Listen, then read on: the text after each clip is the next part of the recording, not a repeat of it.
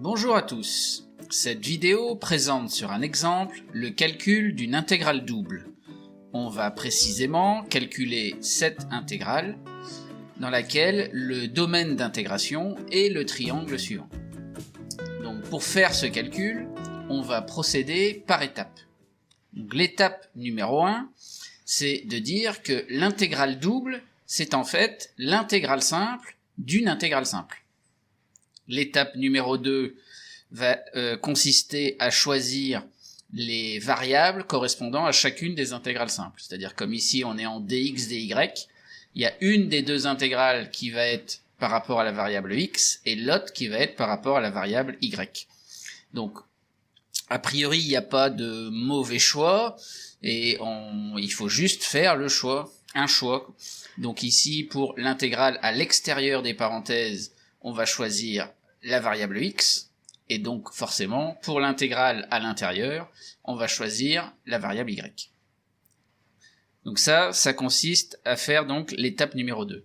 Pour l'étape numéro 3, il faut trouver les bornes de l'intégrale qui est située à l'extérieur des parenthèses. Donc ici, comme l'intégrale elle est en x, on va se concentrer sur la variable x. Donc, pour trouver les bornes, ici, il faut s'appuyer sur le dessin du domaine, et on va soit considérer la projection de tous les points du triangle sur l'axe des abscisses, puisqu'ici c'est la variable x qui nous intéresse, donc on projette sur l'axe des x tous les points du triangle. Ça nous permet d'obtenir l'intervalle, ici, 1, 3, et c'est pour ça que les bornes, ici, sont 1 et 3. Une autre façon de présenter ça, c'est de se demander, lorsque l'on cherche les bornes à mettre ici, quelle est la plus petite valeur prise par x lorsqu'on considère tous les points du domaine d'intégration, donc c'est-à-dire ici tous les points du triangle, et donc lorsqu'on regarde la plus petite valeur prise par x, c'est quand on est en un point qui est le plus à gauche du triangle, donc ici il y a une infinité de points, mais tous les points là ont une abscisse égale à 1, et on considère parmi tous les points du triangle, le point le plus à droite pour obtenir la valeur de x la plus grande. Et donc ici, il y a un seul point qui est le plus à droite, c'est le point C, qui a pour abscisse 3. Et donc on retrouve, plus petite valeur en x c'est 1, plus grande valeur prise par x c'est 3, et donc ça nous donne ici les bornes en x, qui sont 1 et 3. Donc pour la deuxième intégrale, ça consiste donc à faire l'étape 4, trouver les bornes de cette intégrale-là située à l'intérieur des parenthèses. Eh bien on va se concentrer sur la variable y, et là c'est un peu plus délicat que pour trouver les bornes en x. Il faut bien faire attention, il ne s'agit pas simplement encore là de dire plus petite valeur en y à plus grande valeur en y. Donc une des raisons pour lesquelles c'est pas si simple que ça, c'est que l'intégrale ici à l'intérieur des parenthèses, elle est en quelque sorte contenue dans l'intégrale en x. Et donc le raisonnement que l'on va faire pour déterminer les bornes de cette intégrale-ci, ça va dépendre éventuellement de la variable x qui est ici, mais qui a priori est quelque part entre 1 et 3. Et donc c'est pour ça que lorsque l'on cherche à déterminer les bornes ici en y, il va falloir imaginer sur ce dessin-là un x quelque part là entre 1 et 3. Et le raisonnement que l'on va faire avec ce x-là va nous permettre de trouver les bornes à écrire ici. Donc le raisonnement est précisément celui-ci, c'est que pour ce x-là, on va considérer tous les points du domaine, donc ici du triangle, qui ont pour abscisse ce x-là. Donc précisément, ça revient à regarder tous les points qui sont ici sur ce trait vertical. Ils ont bien tous la même valeur, la même abscisse, si on veut, qui est la valeur x. Et donc, sur ce trait vertical-là, ce que l'on va regarder, c'est les ordonnées de ces points-là, puisque comme tous les points ici ont la même abscisse, on va regarder en ordonnées, les ordonnées vont de combien à combien.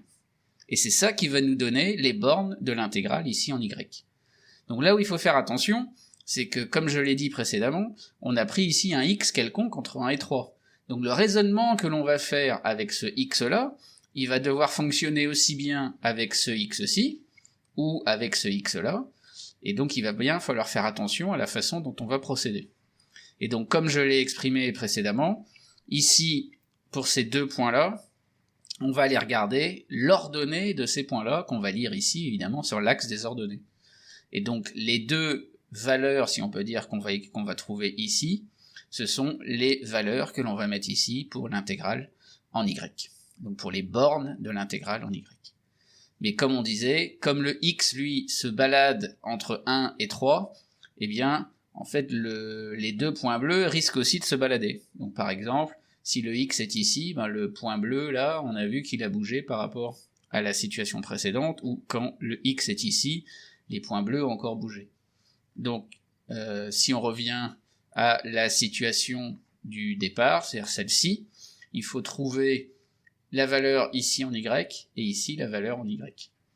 Mais on a bien vu que lorsque x se balade, eh bien, le point bleu du haut ici ne va pas bouger, parce qu'en fait, le point mauve ici, quand on fait varier x, ici, le point mauve du haut, lui, il se balade tout le temps sur le segment BC. Et donc on voit que la valeur en y ne bouge pas.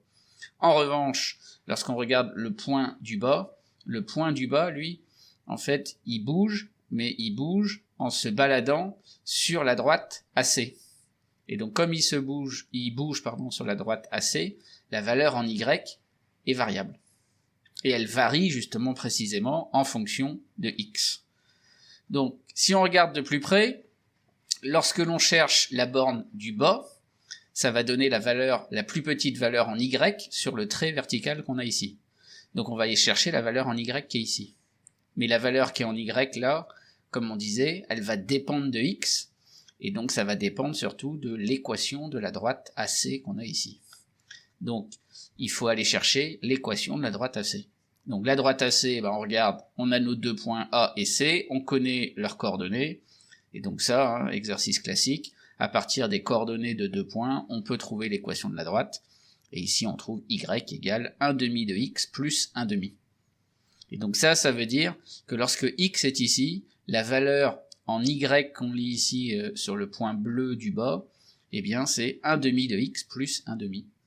Et on voit justement que si le x bouge, le point mauve du bas ici va bouger sur AC, et la valeur qu'on aura ici, ce sera toujours 1 demi de x plus 1 demi. Et c'est cette valeur-ci qui va être la borne du bas de notre intégrale.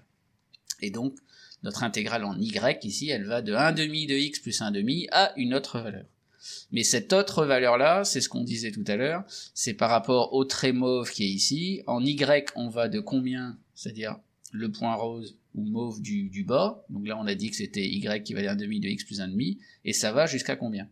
Mais comme on a dit, quand x se balade ici, le point mauve du haut, lui, se balade sur le segment BC, et donc pour n'importe quel point mauve du haut ici, quand il va se balader sur BC, on aura toujours y qui vaut 2.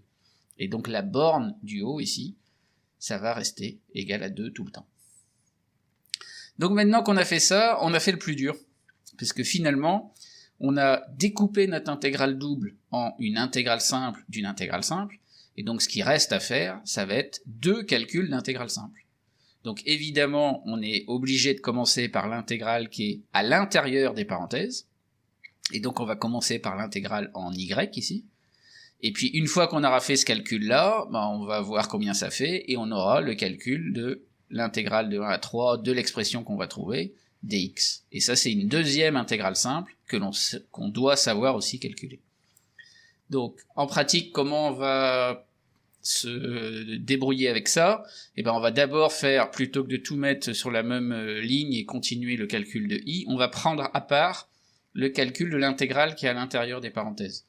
Et maintenant là, comme l'intégrale c'est une intégrale en y, il faut, donc avec la variable y, il faut se dire que dans tout le calcul qui est là, c'est y la variable, et x on le voit comme une constante vis-à-vis de y.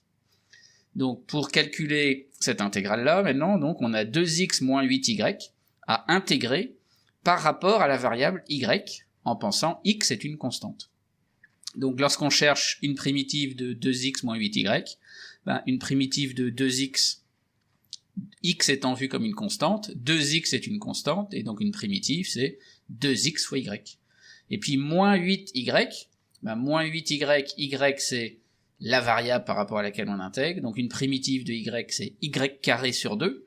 Donc moins 8 fois y carré sur 2, ça nous fait moins 4 y au carré.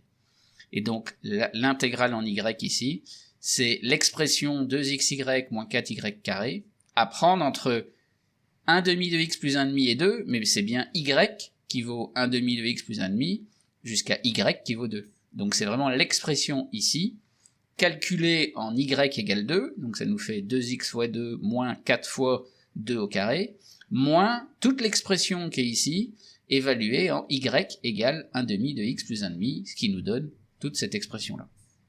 Alors si on simplifie un peu ça, 2x fois 2 ça fait 4x, moins 4 fois 2 au carré, donc 2 au carré c'est 4, donc moins 4 fois 4 ça fait 16, donc 4x moins 16, moins, donc ici on a 2x multiplié par 1 demi de x plus 1 demi, donc en mettant 1 demi ici en facteur dans les parenthèses, on va avoir le 1 demi en facteur devant fois 2 qui va faire 1, donc il va juste nous rester x fois x plus 1, et puis moins 4 fois ce carré-là, mais dans le carré ici, le 1 demi de x plus 1 demi, on peut mettre 1 demi en facteur, donc ça va faire 1 demi facteur de x plus 1, mais le tout au carré, donc quand on va détailler ça, ça fera 1 demi au carré fois x plus 1 au carré, donc on retrouve le x plus 1 au carré, mais devant on a 4 fois le 1 demi au carré.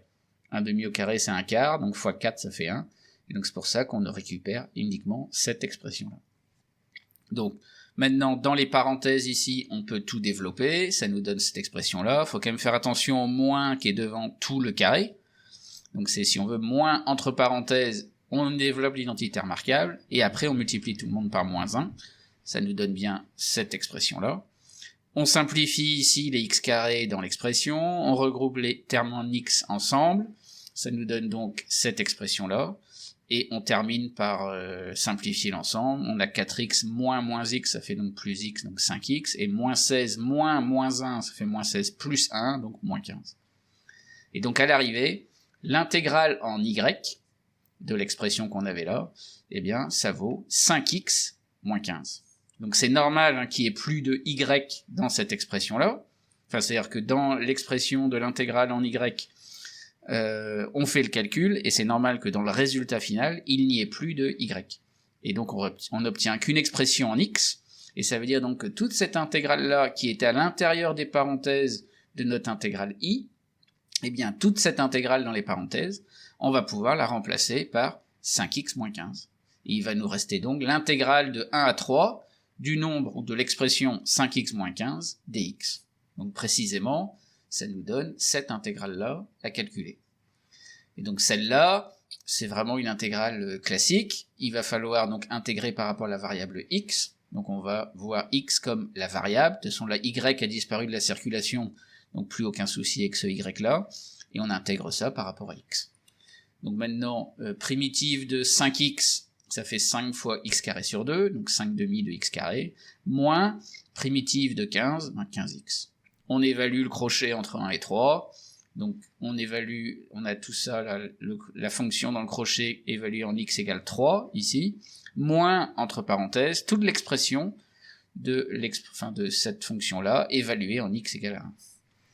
Donc si on factorise par 5 demi ici et là, on récupère 5 demi fois, donc il y a le 3 au carré qui vaut 9, moins le 1 au carré qui est moins 1, et on peut factoriser par moins 15 dans ce terme-ci avec ce terme-ci, donc ça va faire moins 15 fois, on ouvre une parenthèse, donc on factorise ici par moins 15, donc il nous reste 3, là on factorise par moins 15, mais il faut faire attention au moins qui est devant, et donc on va récupérer moins 1. Ensuite, 5 demi, donc fois 9 moins 1, ça fait fois 8, moins 15 fois 3 moins 1, c'est moins 15 fois 2, donc ici 1 demi fois 8, ça fait 4, donc ça fait 5 fois 4, donc 20, moins 15 fois 2, ça fait moins 30, et 20 moins 30, ça fait moins 10. Et donc là, on a réussi à calculer l'intégrale double qui était demandée au départ. Alors, en conclusion, on va insister vraiment sur ce qu'il y a à retenir de cette méthode classique du calcul d'une intégrale double. Alors, la première chose, c'est qu'il faut bien respecter l'ordre des étapes pour aboutir petit à petit au découpage, si on veut, qu'on avait trouvé tout à l'heure. Donc, Cette technique-là, si on veut, elle repose sur 4 étapes. La première, c'est d'écrire intégrale simple d'une intégrale simple, en n'oubliant pas d'écrire les parenthèses, pour bien voir que c'est l'intégrale simple d'une intégrale simple. C'est pas le produit de deux intégrales, par exemple, c'est vraiment l'une qui est imbriquée dans l'autre. Ensuite, on fait le choix de la variable pour chaque intégrale simple. Donc comme ici on avait vu, on avait choisi l'intégrale extérieure était en x, l'intégrale intérieure en y. Bon. Étape 3, obligatoirement, peu importe le choix des variables fait ici. Ici on avait mis x à l'extérieur, mais peu importe si on avait mis y à l'extérieur. L'étape numéro 3, ça aurait été de trouver les bornes forcément de l'intégrale extérieure, c'est-à-dire située à l'extérieur des parenthèses. Ensuite, dernière étape, trouver les bornes de l'intégrale qui est à l'intérieur des parenthèses. Et donc ça, c'est vraiment quelque chose qu'il faut respecter scrupuleusement, et c'est comme ça on arrive justement au bon résultat et qu'on ne se trompe pas. Alors maintenant, il faut bien faire attention, sur cette étape numéro 4, là, pour trouver les bornes qui sont ici, il faut bien faire l'effort de dessiner sur sa feuille le trait vertical avec le X qui se balade. Donc quand on fait ça sur sa feuille, que ce soit en TD ou en devoir, eh bien, faut même, au lieu de juste tracer un X comme ça, quelconque, avec le trait vertical correspondant, je pense c'est même une bonne idée d'en faire 2 ou 3 de X comme ça, donc un X là, un X un peu à gauche, un X un peu à droite, et de bien imaginer comment évolue le trait vertical qui est ici, et comme ça on voit vraiment là, le Y, il varie de combien jusqu'à combien, et on voit un petit peu comme ça la dépendance en X des valeurs en Y qu'on a là. Et pour récupérer, comme on avait fait ici, le 1/2 de X plus 1/2 jusqu'à 2. Donc ça, il faut pas faire les fainéants, il faut vraiment à chaque fois sur sa feuille faire l'effort de dessiner ce trait vertical, ou même, comme je disais, plusieurs traits verticaux, pour bien comprendre comment ça fonctionne. Ensuite, on peut au moins retenir que peu importe le choix des variables qui ont été faites ici, on aura obligatoirement l'intégrale extérieure ici, qui aura des bornes qui sont toujours des constantes. Donc c'est-à-dire que ici, là, si on voit des expressions en x ou en y, c'est obligatoirement faux. Donc c'est vraiment des constantes. Donc là, comme ici, 1 et 3.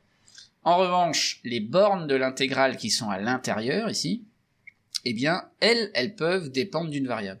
Il faut bien faire attention, elles ne dépendent jamais de la variable intérieure. C'est-à-dire qu'ici, on a mis y comme variable à l'intérieur, c'est-à-dire l'intégrale ici, c'est une intégrale en y. Eh bien, ici, les bornes ne dépendront jamais de y.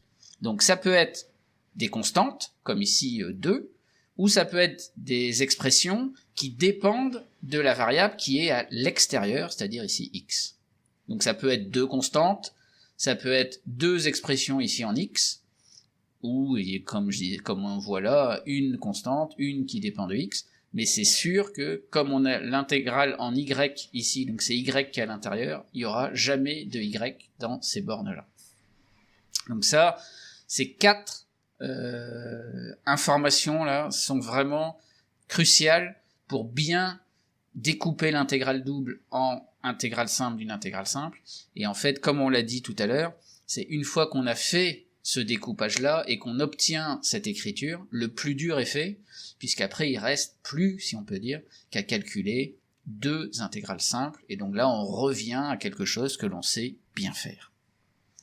Donc cela termine cette vidéo, présentant vraiment une méthode classique d'intégrale double, dans laquelle, comme on l'a dit, nous avons découpé l'intégrale en intégrale simple d'une intégrale simple, en mettant le dy à l'intérieur et le dx à l'extérieur.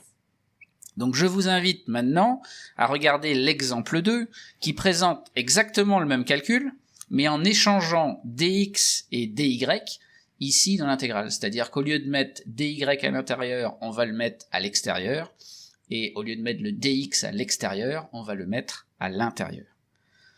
Et donc comme nous allons le voir, cela change profondément la façon de mener le calcul.